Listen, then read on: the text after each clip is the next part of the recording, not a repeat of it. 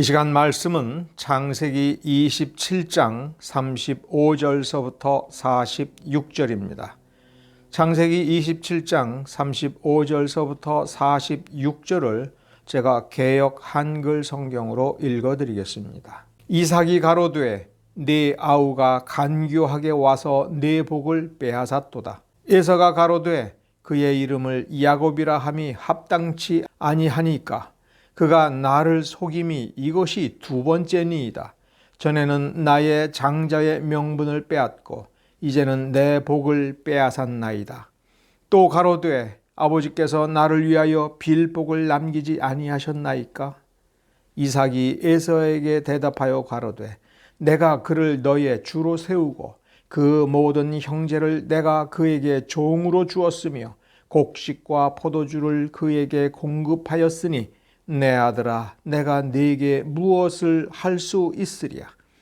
에서가 아비에게 이르되 내 아버지여 아버지의 빌복이 이 하나뿐이리이까. 내 아버지여 내게 축복하소서 내게도 그리하소서 하고 소리를 높여 우니 그 아비 이삭이 그에게 대답하여 가로되 너의 주소는 땅의 기름짐에서 뜨고 내리는 하늘 이슬에서 뜰 것이며 너는 칼을 믿고 생활하겠고 네 아우를 섬길 것이며 네가 매임을 벗을 때에는 그 멍에를 네 목에서 떨쳐 버리리라 하였더라. 그 아비가 야곱에게 축복한 그 축복을 인하여 에서가 야곱을 미워하여 심중에 이르기를 아버지를 곡할 때가 가까웠은즉 내가 내 아우 야곱을 죽이리라 하였더니 맏아들 에서의 이 말이 리브가에게 들리매 이에 보내어 작은 아들 야곱을 불러 그에게 이르되 내 형 에서가 너를 죽여 그 한을 풀려 하나니 내 아들아 내 말을 쫓아 일어나 하란으로 가서 내 오라버니 라반에게 피하여 내 형의 노가 풀리기까지 몇 날 동안 그와 함께 거하라. 내 형의 분노가 풀려 내가 자기에게 행한 것을 잊어버리거든 내가 곧 보내어 너를 거기서 불러오리라. 어찌 하루에 너희 둘을 이르랴.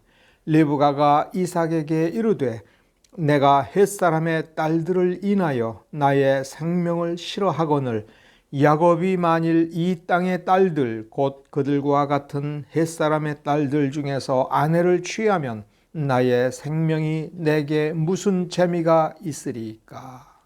아멘. 모리아 산에서 아브라함은 자식을 바쳤지만 이삭은 37세에 자기 자신을 하나님께 번제 제물로 드리는 순종하는 역사를 경험했습니다. 그것이 창세기 22장입니다. 이삭은 아버지에게 순종하였구나라고 하는 그 관점에서만 생각해서는 안 됩니다. 출애굽기에 보면 번제 제사를 어떻게 드릴 것인가에 관하여 모세 언약 속에 제사 드리는 절차, 제사장과 헌제자와 제물 그리고 성막, 번제단 이것에 관한 제도를 명문으로 기록해 놓았습니다. 이삭을 번제로 드리는 사건을 해석할 때에 먼저 모세 언약의 그 성막과 성막에서 드리는 제사 제도를 생각을 하고 나아가서는 로마서와 갈라디아서를 이해를 해서 이것을 종합을 해야 됩니다. 이삭을 번제 제물로 드리는 것은 영원한 하나님의 규례, 예수 그리스도를 십자가에 못 박아 죽임으로써 우리들을 위한 대속제물로 삼고자 하는 그 제도의 원리가 그대로 작동되고 있었다고 하는 것을 이해한다면 이삭의 일생은 죽은 자의 일생입니다. 다시 말하면 이삭은 예수 그리스도의 모형인 동시에 살아서 믿고 그 죄를 씻겨난 신자의 삶이 어떠한 삶인가라고 하는 것을 보여줍니다. 우리는 예수를 믿을 때에 예수와 더불어서 십자가에 못 박혀 이미 죽었으니 너희 속에 지금 남아있는 형벌, 죄책 이런 것이 아닌 형벌을 받기 전에 죄 지을 때 가졌던 습성, 욕망, 그 욕망을 쫓아가는 나쁜 관성들을 계속해서 예수 그리스도의 보혈로 씻어서 거룩한 새 생명의 삶의 원리들이 우리 안에 스며들고 젖어들고, 그래서 마치 우리 속에 말씀의 씨앗이 점점 자라서 능력 있는 나무가 되고 능력 있는 곡식이 되고 많은 결실을 맺어가는 삶을 우리 앞에서 이미 창세기에서 이삭을 통해서 보여주는 겁니다. 이삭은 자기를 내어서 완전히 억울한 죽음, 그러나 하나님의 명령에 의하여 죽임을 당할 때에 전적이고 완전한 순종을 했습니다. 그러므로 그 이후의 삶은 죽은 자의 삶입니다. 죽은 겁니다.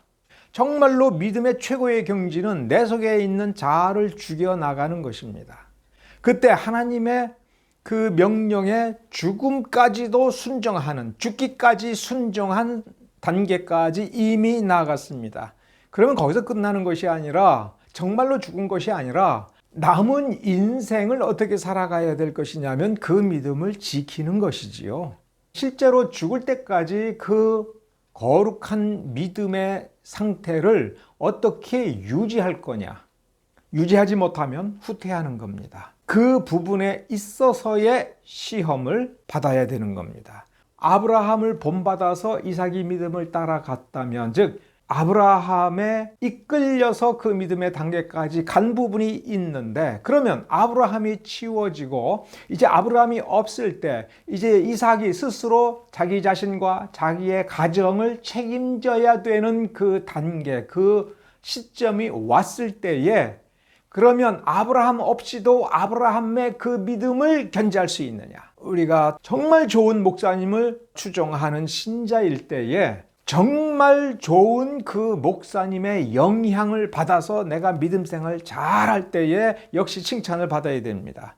그런데 무슨 시험이 남아있느냐면, 그 좋은 목사님이 우리 곁에 없을 때, 내가 의지할 수 있는 어떤 지팡이도 나에게 남아있지 않았을 때, 나 홀로 있을 때, 나 홀로 사망의 음침한 골짜기에 있을 때, 나 홀로 완전한 절망과 무기력과 영적인 침체까지도 왔을 때 내가 어떻게 그 절정의 그 믿음을 유지하고 믿음으로 그 모든 침체와 어려움을 견디어 나가느냐라고 하는 시험이 남아있는 겁니다.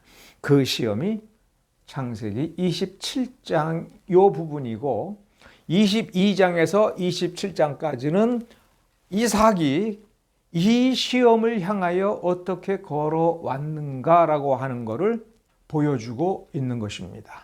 모리아 산에서 아브라함이 이삭을 번제 제물로 바쳤던 그 장면 이후에 창세기는 사라의 죽음을 보여줍니다. 이삭이 의지했던 어머니가 역사의 무대에서 하나님의 품으로 가고, 아브라함은 자신의 죽을 때를 대비하여 자신의 며느리, 즉 이삭의 배필을 구해야겠다 생각해서 가장 신실한 종을 선택해서 그 종에게 가장 좋은 보물들을 잔뜩 주고 가서 이삭의 배필을 구해와라. 이 가나안 땅에서는 구하지 말고 내 친족 가운데에 이삭의 배필이 될 만한 여인을 찾아서 데려오라.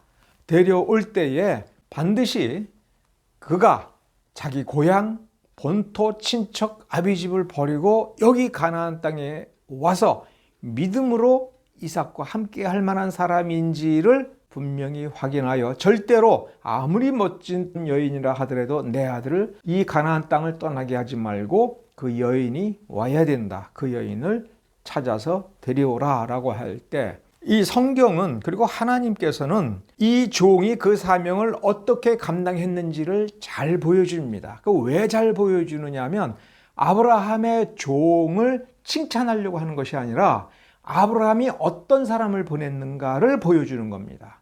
그래서 이 종이 이 바단 아람으로 가서 리브가를 만나고 그 라반 가족을 만나고 리브가를 데려오는 모든 과정에서 한 가지 보여주는 사실은 이 종은 철저하게 아브라함의 믿음을 완벽하게 이해를 했고 아브라함이 하나님을 어떻게 경외했는지를 이해했고 그 아브라함이 기뻐하고 추구했던 그 믿음을 이 가문에서 계속해서 지켜나가는 데에 있어서 외아들 이삭에게 배필이 될 만한, 즉 이 리브가는 믿음이 좋은 여인이다 이렇게 생각하지 말라는 것이 창세기의 뜻입니다. 아브라함의 그 믿음을 완벽하게 파악하여 그 믿음을 계승하여 이삭을 같이 짝을 이루어서 그 믿음을 지키고 그 자식들에게 그 믿음을 가르쳐 줄 만한 여인. 오늘 성시교독이 잠언이었죠. 어떻게 시작합니까? 지혜를 얻은 자와 명철을 얻은 자는 복이 있나니. 이 말을 이렇게 이해하시면 됩니다. 이 잠언에서 리브가를 얻은 자는 복이 있나니. 이는 리브가를 얻는 것이 은을 얻는 것보다 낫고 그 이익이 정금보다 나음이니라. 그렇죠. 아브라함의 종이 리브가를 찾아오기 위하여 아브라함의 모든 좋은 것, 모든 보물을 다 가지고 갔습니다. 그 집안에 있는 가장 좋은 것을 가지고 갔습니다. 이와하고 바꾸어도 될 만큼 귀중한 여인, 지혜 그 자체인 여인을 데려와라. 종은 그 명령의 참뜻을 이해했습니다. 아브라함의 영향력, 아브라함의 본보기가 얼마나 크고 놀라웠던 것까지도 보여주고 있는 겁니다. 이삭은 이 종과 같은 믿음을 지금 공유하면서 성장하고 있었던 것이고 여기에 그러한 믿음을 공유하고 있는 종이 가서 아브라함의 그 믿음을 그대로 본받을 수 있는 스펀지처럼 흡수하고 그 믿음을 그대로 이삭에게 보필이 되고 자식들을 키울 수 있는 여인. 그 핵심은 하나님을 경외하는 그 근본적인 심성에서 지혜의 경지까지 가는 그 여인을 데려오라. 그러한 여인을 찾아서 데려오고 이제 자식을 낳고 성장시키는 과정에서 이삭이 에서만 불러가지고 이제 사냥하여 와서 나에게 음식을 만들어서 다오. 그러면 내가 마음껏 내 마지막 유언과도 같은 최종적인 축복을 네게 주리라. 이걸 에서만 불러서 이야기를 하고 그래서 에서는 기쁜 마음으로 사냥을 하러 갔다 왔는데 그 사이에 리브가가 엿듣게 되고 알아차려서 이거 큰일 났다 하여 야곱을 이삭인 것처럼 속이고 자기가 이삭의 입맛에 맞도록 음식을 만들어서 대접하여 속여서 축복 기도를 받은 그 사건, 여기까지 온 것입니다. 지금 이 시점은 아브라함마저 죽은 지 약 60년이 경과한 때입니다. 아브라함이 야곱과 에서가 쌍둥이니까 15 그 무렵까지 살았다가 죽었거든요. 거기서부터 다시 60년이 지난 겁니다. 그래서 에서와 야곱이 77세쯤 된 시점이 바로 지금입니다. 본문에 속였다, 사기쳤다 이런 단어를 놓고 야곱을 사기꾼으로 보는 것은 전적으로 에서의 관점입니다. 성경은 그렇게 보면 안 됩니다. 이 창세기 27장 35절 36절이 핵심인데 35절 36절을 보면 이삭은 에서에게 장자의 축복을 내려서 동생을 종으로 삼고 이 형 에서를 주인으로 삼은 이 위계질서의 이 세상을 만들려고 했던 거예요. 그런데 야곱이 채갔던 겁니다. 그래서 이삭은 자기 속에 있는 말이 나온 거예요. 내 아우가 간교했다. 이런 식으로. 그 말을 받아서 에서가 맞습니다. 지금 벌써 나를 2번째나 속였습니다. 첫 번째는 내게서 장자의 명분을 빼앗아 가더니 이제는 내가 마땅히 받아야 될 축복마저도 빼앗아 갔습니다. 맞아요. 그러면 사기꾼이에요. 나쁜 놈이에요. 이렇게 얘기하고 있어요. 35절 36절을 성경의 판단이며 하나님의 판단이라고 보아서는 안 됩니다. 야곱을 교활한 자, 속이는 자 이렇게 해서는 안 됩니다. 바울이 이 사건에서 이 대목을 어떤 식으로 지금 바라보고 있는가를 우리가 성경 로마서 갈라디아서를 보고 눈치채야 되고, 바울이 지금 이 이삭의 이 대목을 바라보는 관점은 사실 모세의 관점이다라고 하는 것 눈치채야 됩니다. 모세의 관점은 창세기서부터 신명기까지, 나아가서는 여호수아서에 이르기까지 가장 기본적인 중심축을 바라보는 기본 관점인 겁니다. 바울이 로마서와 갈라디아서에서 이 사건을 어떻게 볼 것인가를 제시하거나 이 사건을 끌어다가 믿음으로 구원받는다라고 하는 도리, 그것을 로마서 갈라디아에 녹여서 설명해 주고 있으므로 로마서 갈라디아서에서 믿음으로 구원받는다는 게 무언가만 볼 뿐만 아니라 그 원리가 이 성경 전체를, 그리고 창세기를 어떻게 해석할지에 대한 기본적인 관점을 우리가 얻지 않고서는 안 됩니다. 이러한 관점을 의거하여 성경을 보지 않고 그냥 시간 순서대로, 그냥 문맥 흘러가는 대로, 문장 흘러가는 대로 읽다가 보면 성경이 제시해 주는 거를 눈으로 보면서도 뭔지를 모르는 거예요. 지금 창세기 27장에서 이삭의 상태에 대해서 성경에 한 가지 중요한 단서를 주는데 눈이 어두워져 있다.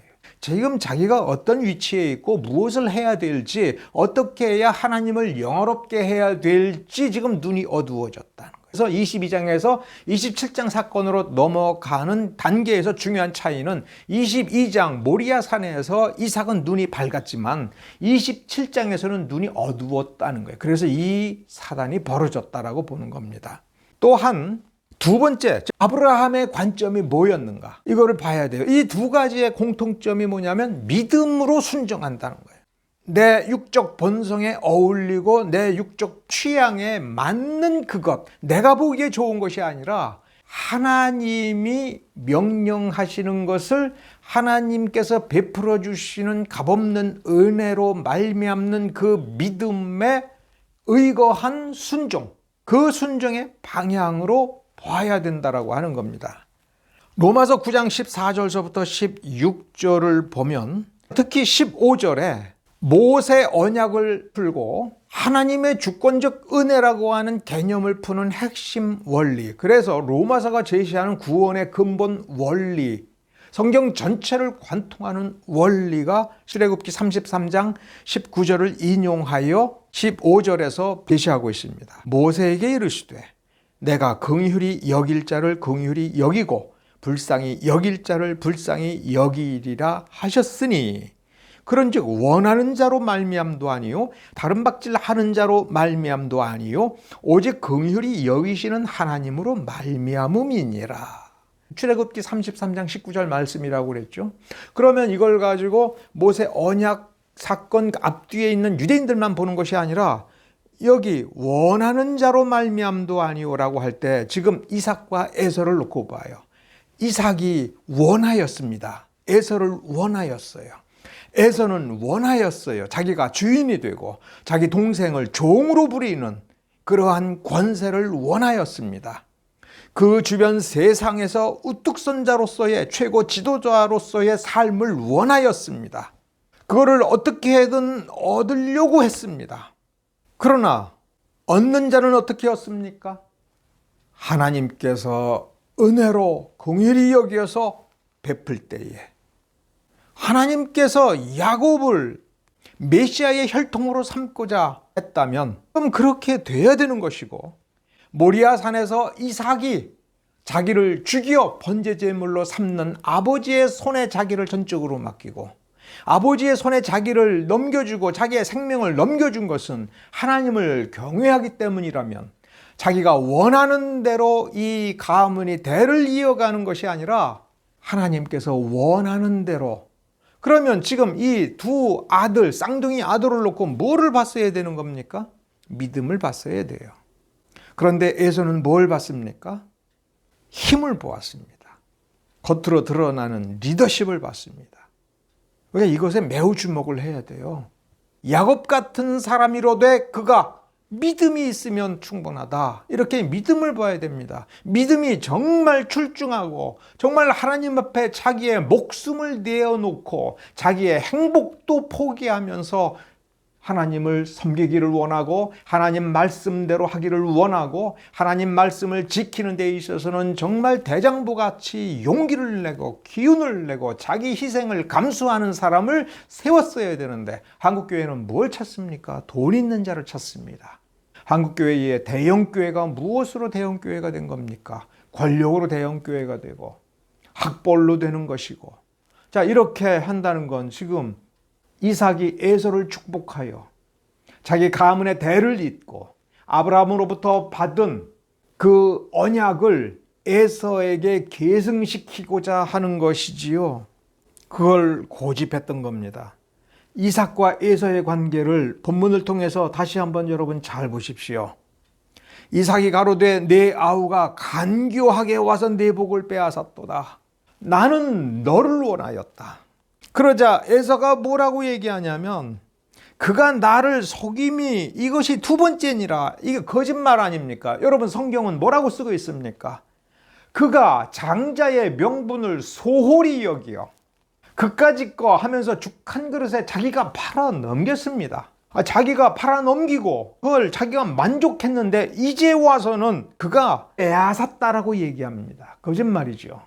그런데 이삭은 이 말을 듣고도 아무 말 하지 않습니다. 이 말을 그냥 받아들입니다. 이삭을 겸손하고 조용한 사람, 내성적인 사람이라고 평가하는 겁니다. 왜 그렇습니까? 성경에 이삭이 돌출적 행동을 하질 않았기 때문에 그렇습니다. 그런데 이 35절, 36절 그리고 창세기 27장의 내용을 보면 이삭은 본성이 에서 같은 사람이에요. 야곱과 같은 측면도 있습니다. 두 가지 본성이 있어요. 그럼 이삭의 진짜 본성이 뭐냐면 에서입니다. 그 본성, 에서와 같은 본성이 억눌려지면서 야곱과 같은 측면이 많이 드러난 겁니다. 근데 이건 억지로 된 것이 아니었어요. 믿음으로 아브라함을 본받으면서 하나님을 경외하면서, 즉 이삭은 모리아산 이후로 성화의 삶을 계속해서 완숙한 단계로 끌어올라가고 있었어요. 그러나 세상에 살고 있던 어떤 인간도 지상에서 완벽한 성화를 이루었다라고 판단받을 수 있는 사람은 사실 아무도 없습니다. 성화가 완성되어서 완성된 그 상태에서 어떤 피조물도 따라올 수 없는 그 거룩 상태를 유지하면서 살아가는 사람은 아무도 없습니다. 완성되지 않는 거예요. 이삭은 완성되지 않았습니다. 죽어야 완성이 되는 거죠. 그런 상태로 가다가 지금 눈이 어두워졌어요. 분별력이 어두워졌다는 것은 지금 믿음이 흔들리고 있었던 겁니다. 믿음이 흔들리니까 뭐가 나와요? 본성이 나와요. 그래도 믿음의 도리를 알고 훈련된 사람이기 때문에 그가 폭력을 구사하지 않고 사특한 생각을 하지는 않으나 자기가 본래 좋아했던 것이 슬슬 더 커져서 본래 좋아하던 것을 이루고 싶은 욕망이 서서히 올라오고 있었던 거예요. 이게 위태로워진 겁니다. 이 시험에서 아브라함이 죽은 지 60년이 지난 뒤에 이 가문의 최고 수장으로서 자신의 영향력을 통해서 아브라함의 믿음을 계속 계승해서 발전시키고 하나님의 계시가 더 풍성하여지며 하나님의 은혜가 넘치는 가문으로 이끌어가는 그 책임이 오롯이 이삭 자신에게 있을 때에 이삭은 흔들렸던 겁니다. 믿음에 의하여 억눌려지고 가리워졌던 그 본성이 이제 자기가 나는 곧 죽을지 모르겠다. 나는 눈이 흐려져서 이제 어떻게 될지 모르겠다라고 하는 불안과 걱정에서 자신이 원하는 대로 하려다가 보니까 하나님의 계획하심에 충돌하게 된 겁니다. 그런데 어떤 누구도 막을 수 없는 상황으로 이 이삭이 그 상황을 몰아갔습니다. 자기가 원하는 것을 이루기 위하여 에서만 몰래 불러다가 이제 내가 마지막으로 너를 축복하기를 원하니 사냥하여 그 맛난 음식을 만들어서 나한테 대접을 해라. 그러면 내가 너무 기분이 좋아가지고 너무 행복한 마음으로 내가 마음껏 너에게 축복하리라. 그런데 그 축복의 내용에 쌍둥이인데 누가 주인이 되고 누가 종이 되고라고 하는 말이 왜 나옵니까? 에서가 애걸복걸하면서 남은 거 없습니까? 라고 얘기할 때에도 이삭은 상당히 미련해졌습니다. 그래서 기껏 한다는 게 뭐냐면 내 동생을 섬기라. 이런 식으로 축복을 한 겁니다. 이삭이 이렇게 분별이 없어지고 지혜가 없어질 때에 지혜, 참된 지혜로 역할을, 잠언에서 말하는 그 역할을 한 것이 리브가입니다. 여기서 리브가는 야비한 사람, 교활한 사람이 이어서가 아니라 어쩔 수 없이 이삭이 에서만 불러가지고 전적으로 에서에게만 하나님 나라의 대업을 물려주는 그 주도권을 에서에게 넘겨주고 다음 세대를 이렇게 끌고 가도록 하는, 그래서 하나님의 나라가 이대로 이렇게 가면 안 된다. 리브가는 사람은 그 믿음으로 부름받은 자의 도리를 다해서 그 나라를 이루는 그 어떤 책임을 감당해야 된다라고 하는 점에서 아브라함의 그 믿음을 따라서 이 가문을 지탱하고자 했던 겁니다. 그게 어디에 그 대목이 나오냐면 46절입니다. 리브가가 이삭에게 이르되 내가 햇사람의 딸들을 인하여 나의 생명을 싫어하거늘 야곱이 만일 이 땅의 딸들 곧 그들과 같은 햇사람의 딸들 중에서 아내를 취하면 나의 생명이 내게 무슨 재미가 있으리까? 라고 이삭을 향하여 리브가가 드디어 한마디 합니다. 이 부분에서 리브가의 믿음과 철학, 가치관이 무언가를 이해를 해야 됩니다. 지금 여기서 왜 햇사람의 딸들을 인하여 라고 했는지 이해를 해야 돼요. 우리는. 그럼 누구를 얘기하는 겁니까? 에서의 아내들을 얘기합니다. 햇사람의 딸들을 이렇게 얘기하냐면 햇 족속에 속한 그 정체성을 그대로 가지고 있다. 우상숭배자다. 우상숭배자들을 며느리로 본 덕분에 지금 에서는 용맹하고 리더십이 있고 주변에 족장들이 추앙하며 쫓아가며 이렇게 어떤 세력을 구축하고 어떤 마치 나라를 이루는 것처럼 보인다라고 하더라도 나는 싫다. 내가 여기 육적 성공을 위해서 온 것이 아니다. 믿음 때문에 왔다. 아브라함을 하나님께서 축복을 하고 아브라함이 그 하나님을 믿음으로 순종하는 그것을 바라보고 나는 여기에 왔다. 그런데 지금 보니까 에서가 이방 여인들을 아내로 받아들이는데 그 여인들은 믿음의 여인들이 아니라 헷 족속 우상숭배 족속의 그 정체성을 가지고 이 집안을 이렇게 우상숭배로 물들여가고 있는 것이 내 눈에 보이는데 내 남은 한 아들 야곱마저도 저런 식의 믿음 없는 여인들이 내 며느리가 된다면 난 정말 소망이 없다. 내가 살아서 무엇하겠느냐. 이 46절의 이 말씀은 왜 리브가가 야곱을 감쌌는지 77살 먹은 이 아들을 이렇게 치마폭에 감싸고 있는지 그 이유가 나오는 거예요. 바깥으로 나돌아다니고 내버려 두면 저 여인들 중에 하나를 자기 아내로 맞아들여서 아브라함의 믿음으로부터 멀어질 것이 너무나도 뻔하니 에서는 이미 자기 멋대로 그래 가버렸으니 이 야곱만이라도, 그래서 야곱이 77살이 되도록 결혼도 못한 이유는 리브가 보기에 믿음 있는 여인이 없으니 여인들을 못 만나게 했던 겁니다. 그 본성이 어떠하든 간에 야곱은 어머니 리브가의 말을 들었던 것이고 그가 리브가의 말을 들어야 마땅하다라고 생각했던 것은 아브라함을 기억했던 겁니다. 15살까지 아브라함이 살아서 품에 안고 있었던 것이지요. 15살 이제 철이 들면서 뭐가 뭔지를 알아가기 시작할 그때에 아브라함을 보았고 아브라함의 믿음을 동경했던 겁니다. 에서는 아브라함의 믿음을 동경하지 않았던 거예요. 리브가가 10대에 이 집안에 시집 와가지고 아브라함을 직접 보고 이삭을 보면서 그 찬란하고 그 놀라운 믿음을 보면서 자신이 왜 여기에 왔는지에 대한 소명을 분명히 이해하고 있었던 것입니다.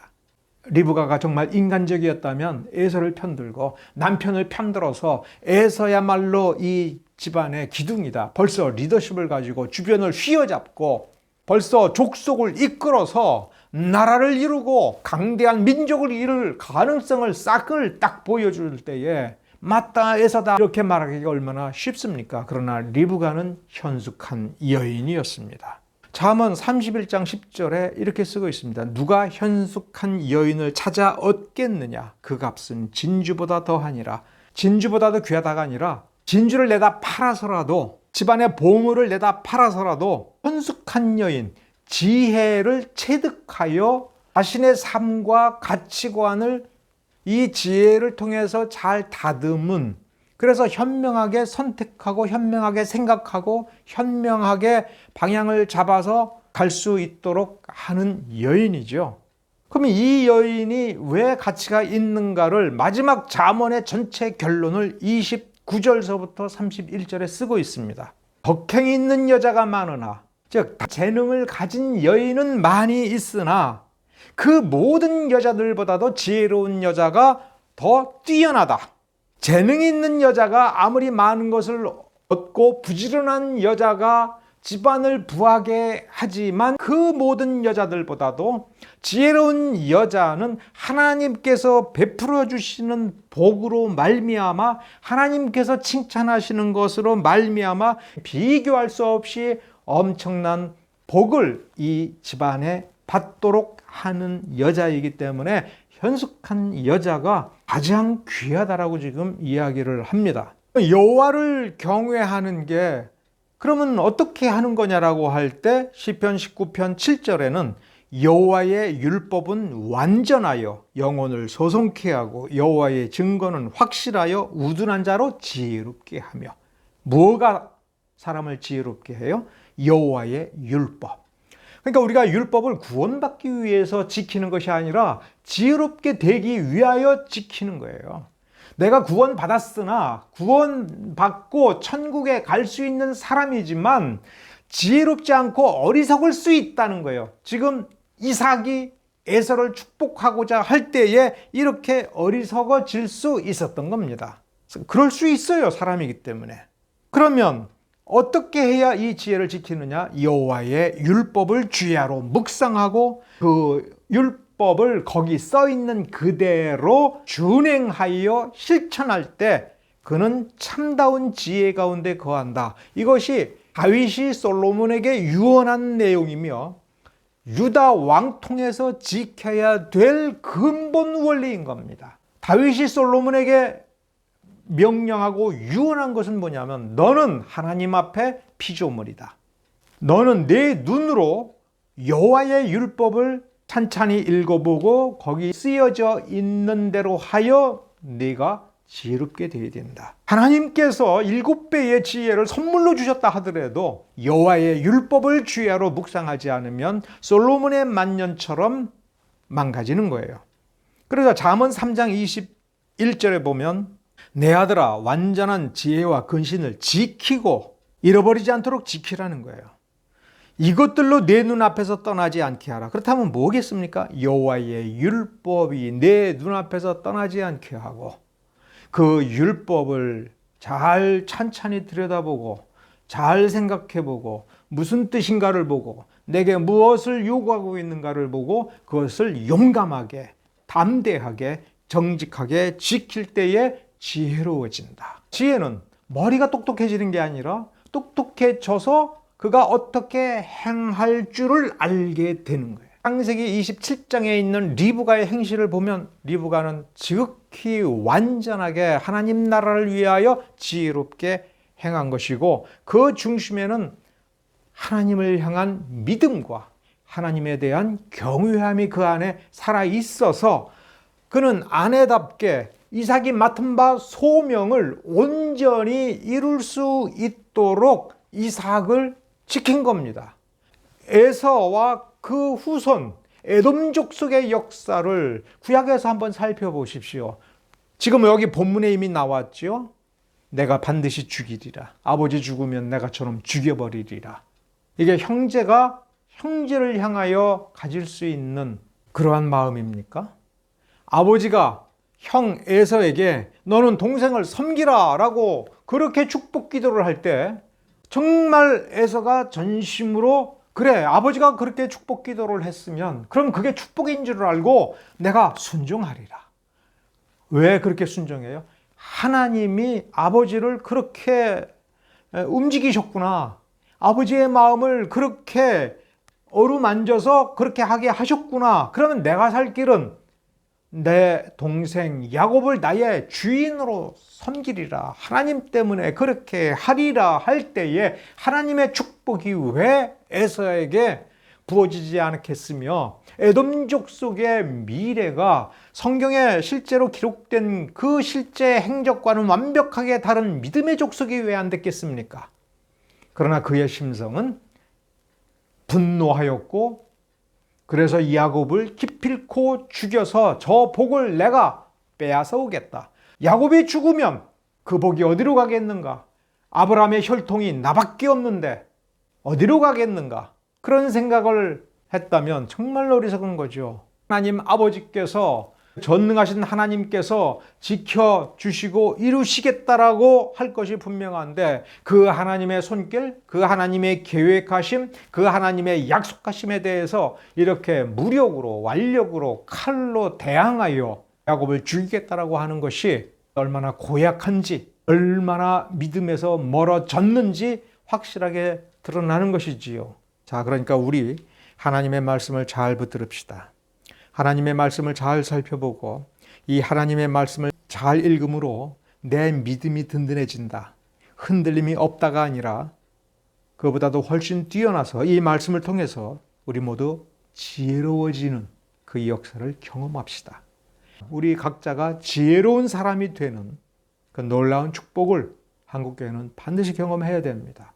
그러한 축복이 우리에게 임하고 우리를 통해서 나타나기를 매일 매순간 기도하면서 성경이 우리에게 가르치는 그 믿음의 삶을 살도록 합시다. 기도하겠습니다.